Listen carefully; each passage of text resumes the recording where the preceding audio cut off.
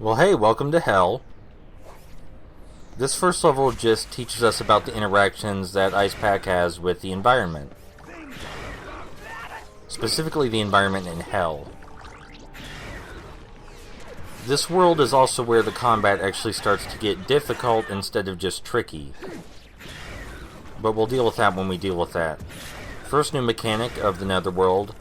We can freeze these lava plumes to use them as platforms. We're going to be doing that a whole lot.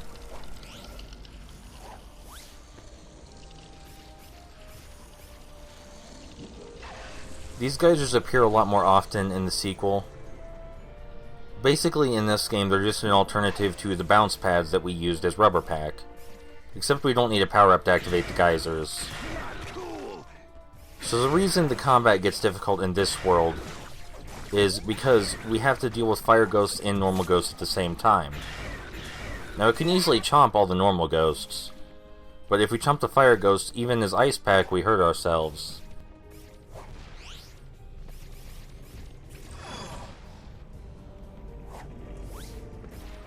There's also a lot of fireballs that fly between platforms, and if you jump at just the wrong time, they'll catch you, and you'll get knocked into the lava. So you do want to be careful about that, because there's no getting back up here.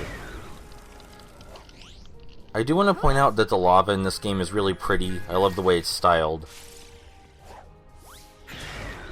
The most important thing to remember from here on out in the game is to take your time when attacking enemies, because if you're overzealous, you'll hurt yourself. Take out enemies slowly, sometimes just one at a time if you have to. Now, a special attribute that elemental ghosts have is they drop pellets for us, because they're slightly harder to defeat than normal ghosts.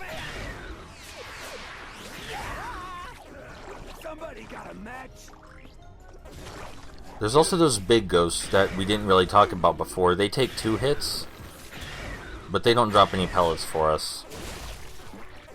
They basically just have upgraded versions of the attack that their smaller selves have.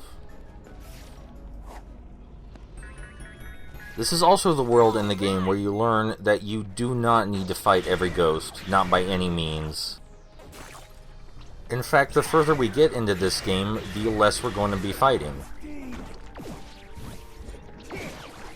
You actually do a lot more fighting in the sequel in spite of the fighting in the sequel being a lot less difficult. Because in the second game, ghosts give you points. In this one, all you have to do is incapacitate ones that are in your immediate way. That's not to say it doesn't still get hard later. World 4 and onward, they start throwing so many ghosts at you at the same time, it gets pretty insane.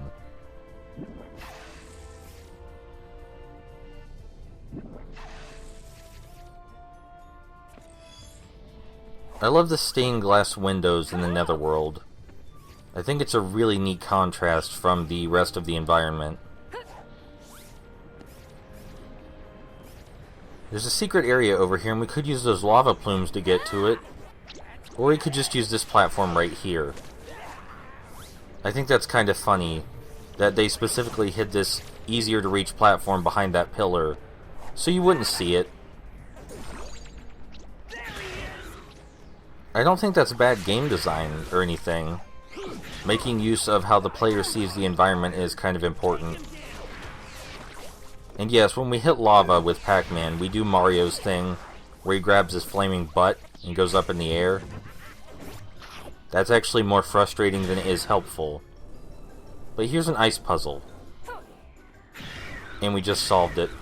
All the ice puzzles basically amount to push the ice block into the lava and right it. There's almost always 2 ice blocks for you to use, and I'm not sure why, because you only ever need 1. Also, these are some neat platforms. They come out of and disappear back into the lava.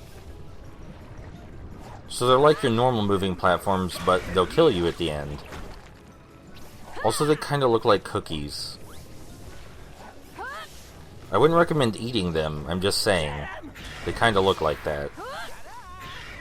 Also, as far as I know, after some experimentation, I do believe ghosts stay permanently frozen.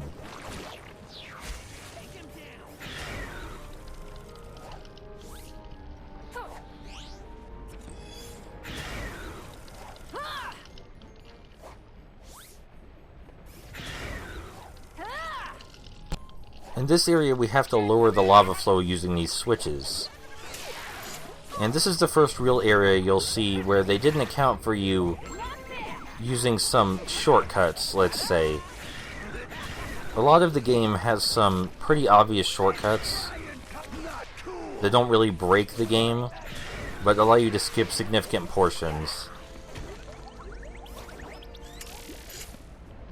I do want to say that the ghosts surrounding these switches are pretty hard to deal with, but it's a lot easier if you keep in mind that you have invincibility frames while you pull the switch. And this is one of the shortcuts. Just screw coming down there normally, and there's the end, but of course the end's going to run away from us. Now there's a problem with this lava flow section. Up here you have to switch lanes, and the game doesn't like it when you try to do that sometimes. And I do believe I recorded the glitch that occurs. Yeah, that.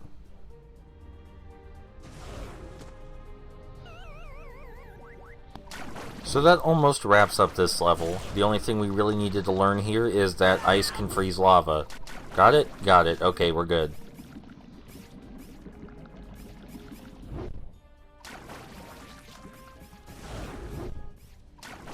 Here's a new kind of mini-boss. They act like the green ghosts in that they try to dive bomb us, but they get killed with one hit of our ice beam.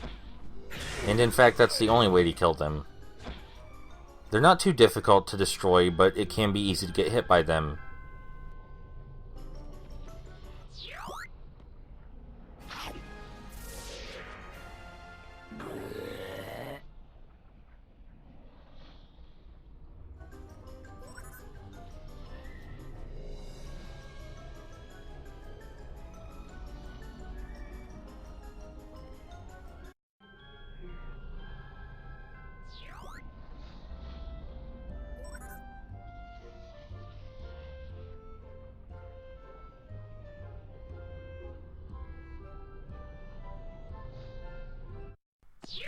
This level is titled Dragon Valley, and for a good reason. We will be seeing a dragon here.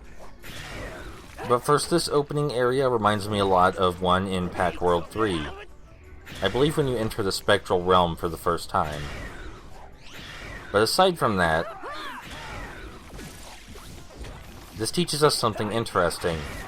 Fire ghosts generally will not attack you until you land on the platform they're on, no matter how close you are. I make use of this a lot right here by attacking them while I'm in the air before landing. It's really the best strategy to deal with these guys.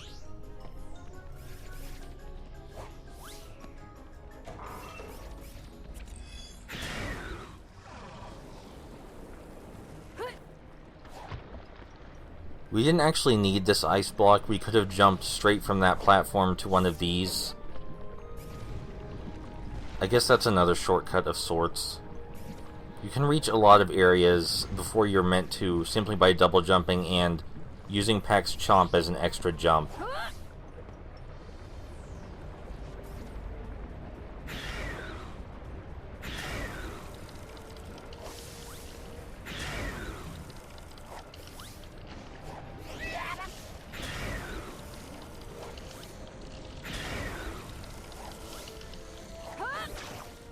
There's not a whole lot to say about the lava plumes anymore.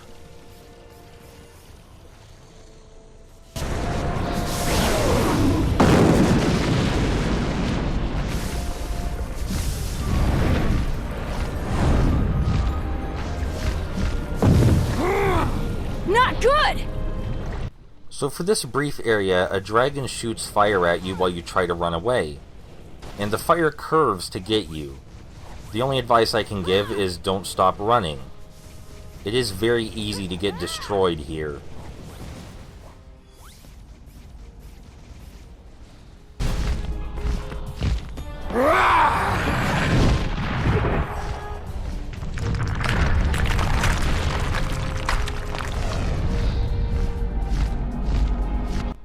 This boss fight reminds me a lot of one in Sonic 06, except this one isn't bad.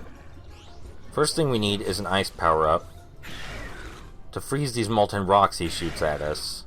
or just, I guess they're globs of lava. It doesn't matter, freeze them. They're pretty easy to evade. Now, technically you only need to freeze one of them, but the more you freeze, the better, because that way you can't run into them and hurt yourself.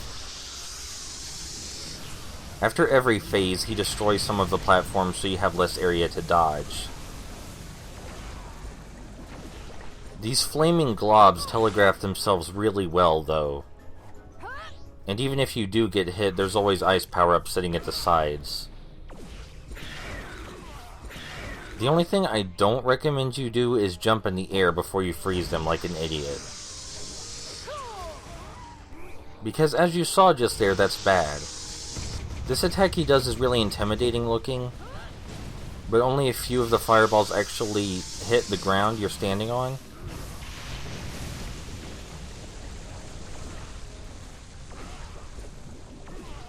So if you want some pro strats about these fireballs, you can dodge them simply by standing behind ones you've already frozen, and the non-frozen ones will break on the frozen ones.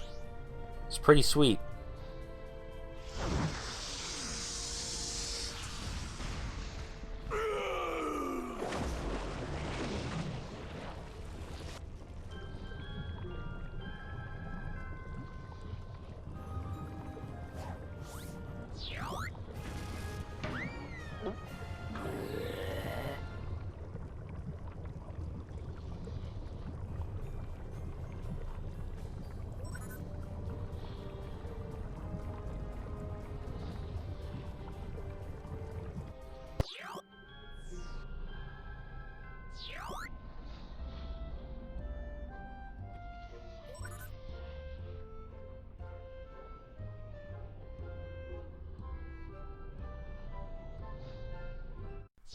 Judging by this stage's name, you might think that the gimmick is using the ice power-up to freeze more lava plumes.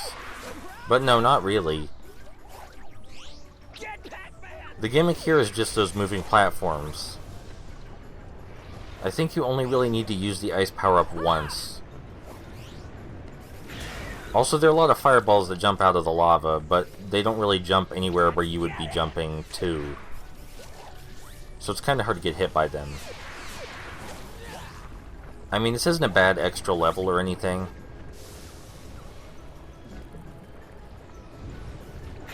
Just kind of ordinary.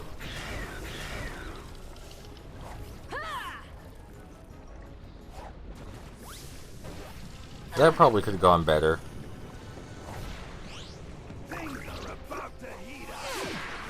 These end-of-level fights are going to get a lot more intimidating. You might also notice that the fire ghost can shoot lava globs like the dragon can. These are only a big deal if you give them the chance to do that. Generally, you want to freeze fire ghosts as soon as they pop up.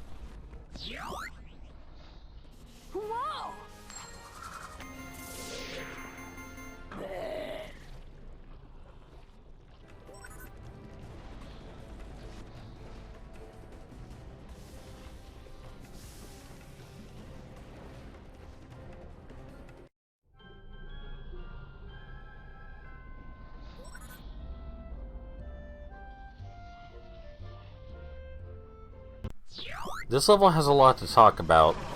First thing is that we're seeing these mini-bosses rove around as normal enemies. Still not hard to fight, but they drop free Slimetanium, so really nothing to complain about. Hello? Is anyone there? You might have heard an old man voice kinda thing just now. And that's coming from Betrayus' butler. Spelled B-U-T-T-L-E-R. Because this is a show made for kids. But, Butler appears as an enemy in this stage. And he introduces us to a new game mechanic. Stealth. If we get spotted by that light on his head, he summons ghosts. Thankfully, we can turn invisible to avoid any spotlights using Chameleon Pack. Before now, stealth was always optional, useful but optional. In this stage, there's a much greater incentive to be stealthy. Now, the ghosts that these lights summon, really not a big deal, but I think we can all agree that fighting less ghosts is better. Not because fighting them isn't fun, but because, well, shut up. We're stealthing. We got caught at the end there, but they're not going to follow us over this bridge anyway.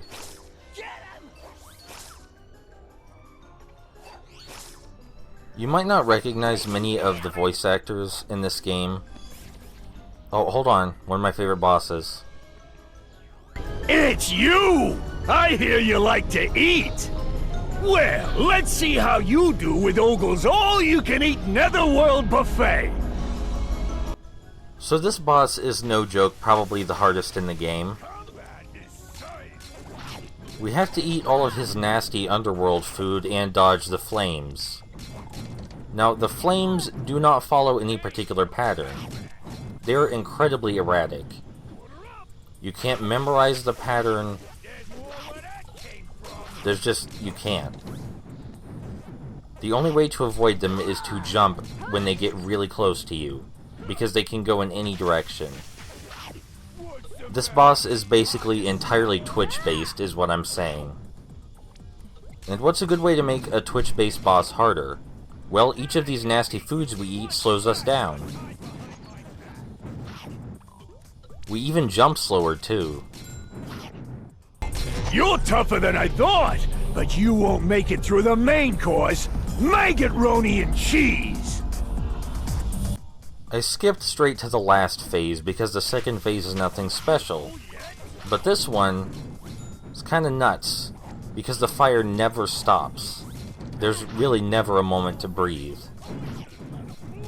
I've never been able to make it through this boss without getting hit.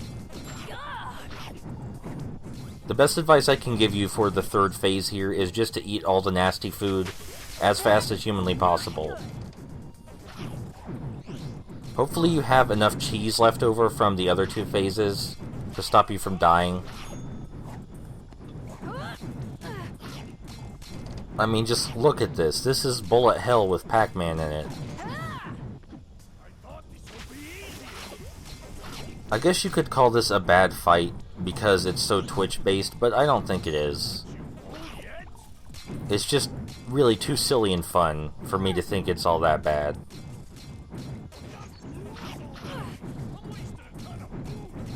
Okay, I give up. I only hope I can find enough food for the banquet now.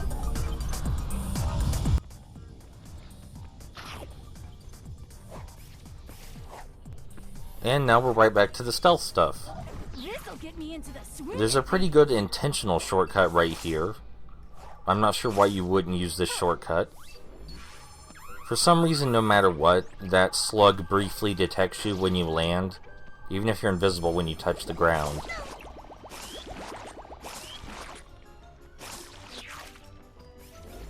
And right in here is the last time we see Butler.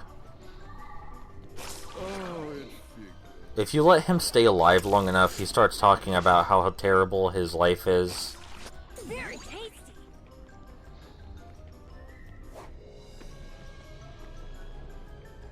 So you might not recognize many voice actors in this game. Thanks, Paxter. I thought you'd never get here. No prob. Hey, we're silly. I don't know. The Atreus took her out of the castle. And the Friggy-Diggy thingy, too. We were gonna try and stop him, but we didn't. We've got to find her. Let's split up. We'll meet outside the castle. Sounds good. But yes, Spiral is the voice of Ed from Fullmetal Alchemist. There had to be cheaper people to hire.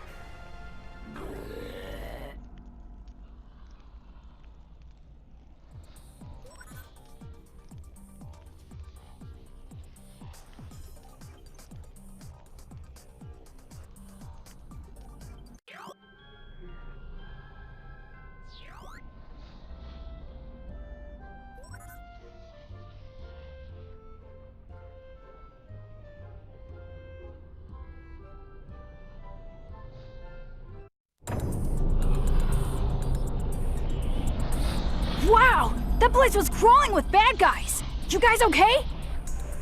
Yeah, I'm fine. I didn't see any bad guys at all. It was all clear for us, too!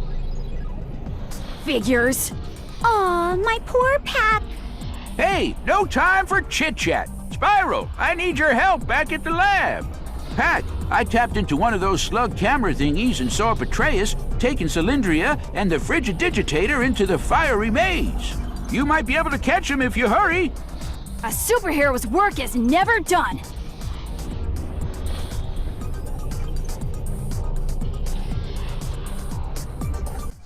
Of all the end-of-world levels, I think this is probably the best one. Ready to go for an ice pack? It's a maze level just like the others, but in this one we actually bring pieces of the maze up from the lava.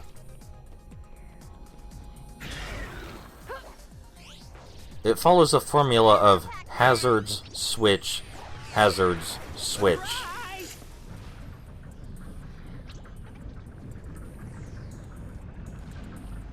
But it's really not a bad gimmick for a level.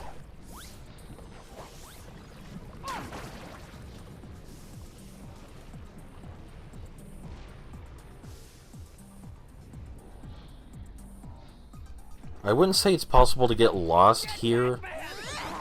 It's always obvious where you're supposed to go next, but there is a lot more back and forth than in other maze areas.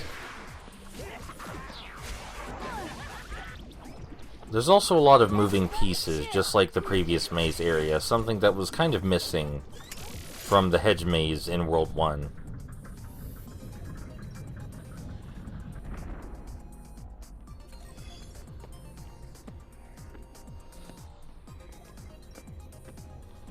Here is another ice block that we don't actually need to use. And in fact, I think I don't use it. Yep.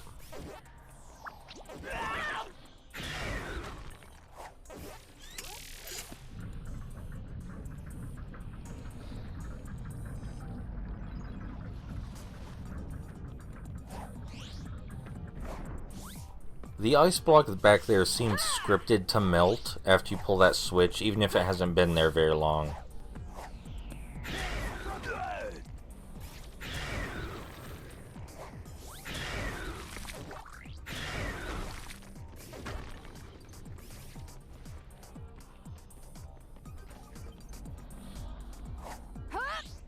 This specific bridge up here has the weird quirk of having fireballs swerve upward and smash into it.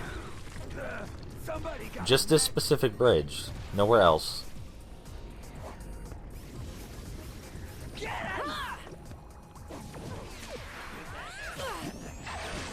Oh hey, that's the first time that's ever happened to me. This entire section over here is incredibly easy to sequence break.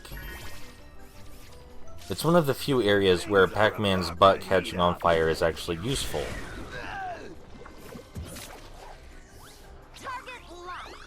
You may have noticed for the second half of this world we've been avoiding enemy contact almost entirely. And again, it's not because fighting ghosts isn't fun, but I'm not here to lie and tell you that you need to fight ghosts when you don't. And fighting the ghost takes an obscene amount of time. There's an area up here, though, where we'll do plenty of ghost fighting, and it's actually really interesting.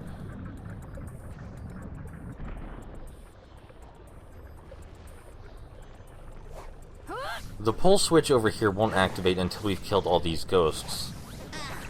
This is rather dangerous, though, because if we chomp the wrong way, we fly off the platform and into the lava. And the platform rotates, so if we're not paying attention, we'll hit the lava wall behind us. This can work in our favor, though.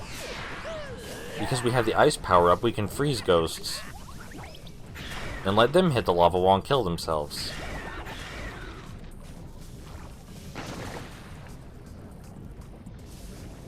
I think freezing the ghosts and letting them hit the wall of lava is the main way you're meant to kill them right here. It's a lot faster just to chomp them, but I had to show it off at least. Before we move forward, we need to make use of these copious platforms to get more Slimetanium.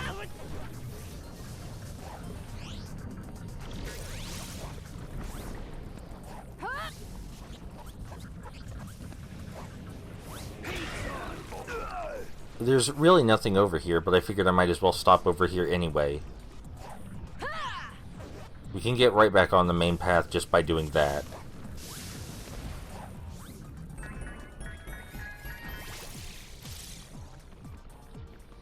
We're more or less done with this level and this world. We're in the final stretch, at least. We're not done in hell, though. We're not even halfway done in hell.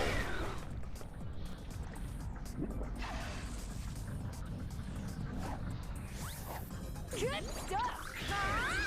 Now I'm Steve.